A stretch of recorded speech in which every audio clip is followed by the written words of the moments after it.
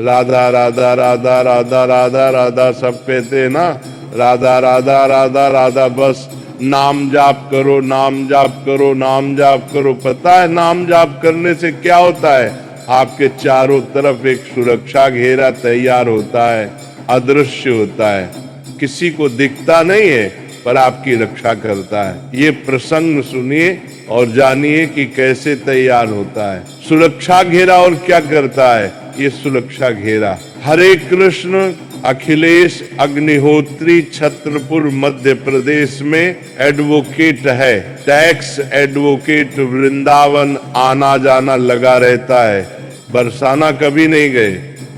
27 अक्टूबर को इनका जन्मदिन था। इस बार सोचा था कि 27 अक्टूबर को जन्मदिन राधा रानी के साथ मनाए, ठाकुर जी के साथ मनाएंगे, वृंदावन जाएंगे, बरसाना जाएंगे। तो अपने परिवार के साथ, अपनी पत्नी और बेटे कुंज, अपनी बहन, उनकी 1 साल की बेटी और एक बड़ी बेटी रिद्धिमा और एक पड़ोस के पंडित जी के साथ छत्रपुर मध्य प्रदेश से चल पड़े वृंदावन की तरफ। अपनी गाड़ी 24 तारीख को रात को 11 बजे, 26 तारीख को इनकी एक टैक्स कॉन्फ्रेंस थी अलीगढ़ के अंदर। तो इन्होंने सोचा था कि वो भी मीटिंग कर लेंगे। तो 24 की रात को 11 बजे छत्रपुर की दीवारी के से निकले। राधा रानी की अद्भुत कृपा हुई कि 25 तारीख की रात्रि में शयन आरती में सम्मिलित हुए। बड़े प्रसन्न थे, खुश थे।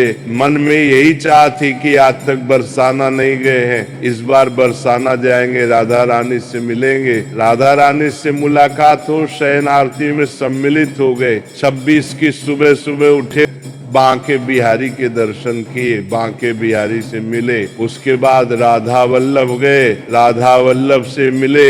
और 26 तारीख को अलीगढ़ में टैक्स कॉन्फ्रेंस थी, तो वृंदावन से निकल पड़े टैक्स कॉन्फ्रेंस के लिए, अलीगढ़ के लिए। अलीगढ़ पहुंचे टैक्स कॉन्फ्रेंस की। उसके बाद रात्रि में 9 बजे अलीगढ़ से निकल लिए वापस वृंदावन के लिए, क्योंकि अगले दिन की सुबह इनका जन्मदिन था। 27 अक्टूबर को, 27 अक्टूबर को जन्मदिन था। तो वृंदावन वापस पहुंचे। 27 अक्टूबर को सुबह सुबह पहुंच गए श्री राधा केली कुंज। यहाँ भी राधा रानी की अद्भुत कृपा थी। राधा रानी की मंगल आरती इन्होंने अटेंड की और राधा रानी की बहुत बड़ी कृपा इनको प्राप्त हुई। जन्मदिन पर इससे बेहतर हो ही क्या सकता था।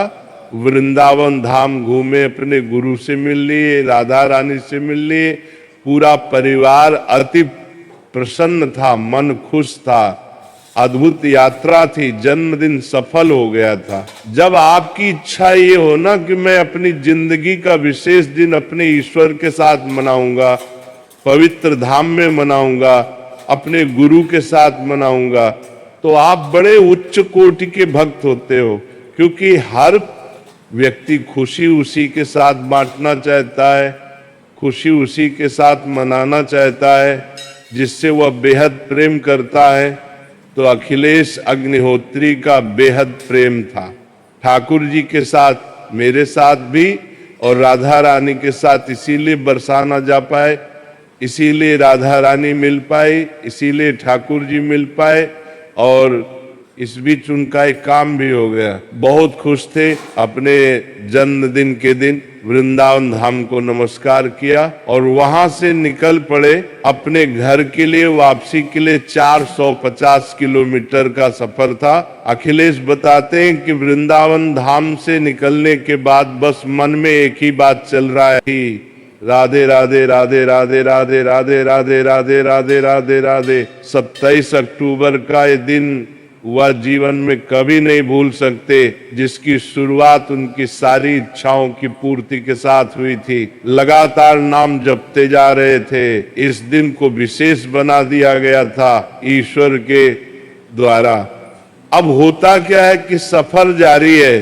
27 अक्टूबर की रात को, यानी कि 28 की सुबह को 2:30 पर अचानक से हाईवे पर एक पशु आता है हाईवे पर गाड़ी की एक रफ्तार होती है, उसी रफ्तार से अखिलेश भी चल रहे थे। उस पशु को बचाने के लिए गाड़ी कभी लेफ्ट करते हैं, राइट करते हैं और उसको बचाने के लिए पूरी कोशिश करते हैं, लेकिन गाड़ी जो है पलट जाती है। गाड़ी पलट करके करीबन करीबन 100 मीटर तक फिसलती हुई जाती। गाड़ी में सब लोग सो रहे, बहन उसकी 1 साल की बच्ची पत्नी बेटा कुंज पंडित जी इनके साथ जाग रही है। इनकी भांजी रिद्धि माँ, और रिद्धि माँ के मुंह से निकलता है कि मामा हम गिर गए। रिद्धि माँ बस इतना कहती है और इधर अखिलेश जी लगातार राधा राधा राधा राधा राधा राधा जपे जा रहे हैं। अखिलेश जी बताते हैं जैसे ही रिद्धिमा ने कहा कि मामा गाड़ी गिर गई है, गाड़ी अपने आप सीधी खड़ी हो जाती है। ये सब सुरक्षित बाहर निकलते हैं, किसी को एक भी खरोच नहीं आती, सब के सब सुरक्षित है। गाड़ी को थोड़ा नुकसान होता है, वो पशु भी बच जाता है। हाईवे का मामला था, हादसा बहुत बड़ा हो सकता था। गाड़ी पलटने के बाद पीछे से भी कोई गाड़ी आ सकती थी, दुर्घटना बड़ी हो सकती थी। लेकिन जो नाम जाप चल रहा था, राधा राधा राधा राधा राधा राधा, वह एक सुरक्षा घेरा तैयार कर रहा जो अदृश्य था, किसी को दिखाई नहीं देता, पर इनके चारों तरफ था वही सुरक्षा घेरा इनको बचा रहा, जिसकी वजह से एक खरोच भी नहीं आई। अखिलेश का विश्वास प्रगाढ़ हो गया। अखिलेश लगातार नाम जाप करते, पूरा परिवार सुरक्षित पहुंच गया। घर पहुंचने में बस 35 किलोमीटर बाकी थे। 35 किलोमीटर पहले ही ये हादसा हुआ।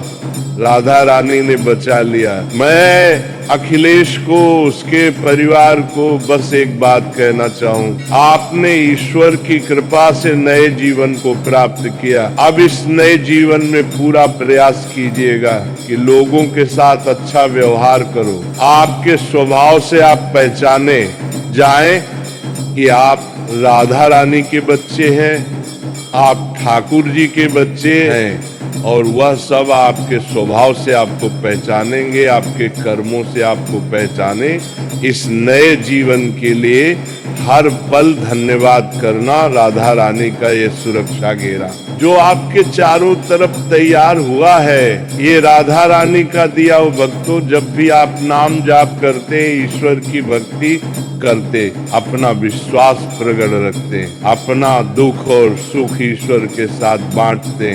जब घर से निकलते हैं तो ईश्वर को बता कर जाते हैं कि आज मैं ये कार्य करने जा रहा हूँ, और जब घर वापस आते हैं तो बताते हैं कि प्रभु आज पूरा दिन इस तरह से बीता। आप ये मानना आपके चारों तरफ एक सुरक्षा घेरा तैयार हो रहा है।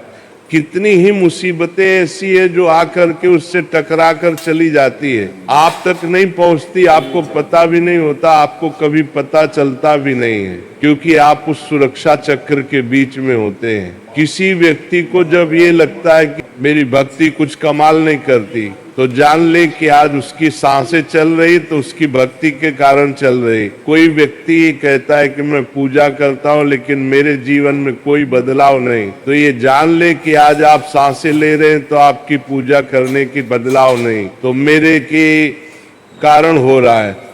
ईश्वर की भक्ति हमेशा आपको सुरक्षित रखती है। आप जब नाम जाप करते हैं तो एक ऊर्जा आपकी ऊर्जा से जुड़ जाती है, वही ऊर्जा ईश्वर की ऊर्जा है जो फिर आपको संचालित करती है, फिर आपके भीतर से निकलती है। ईश्वर आपके हृदय में निवास करते हैं और दुनिया की कोई भी ताकत आपसे टकरा नहीं सकती। यदि आप सुरक्षित होना चाहते हैं तो आज ही से, अभी से अपने विश्वास को प्रकट कीजिए। इसीलिए तो हमेशा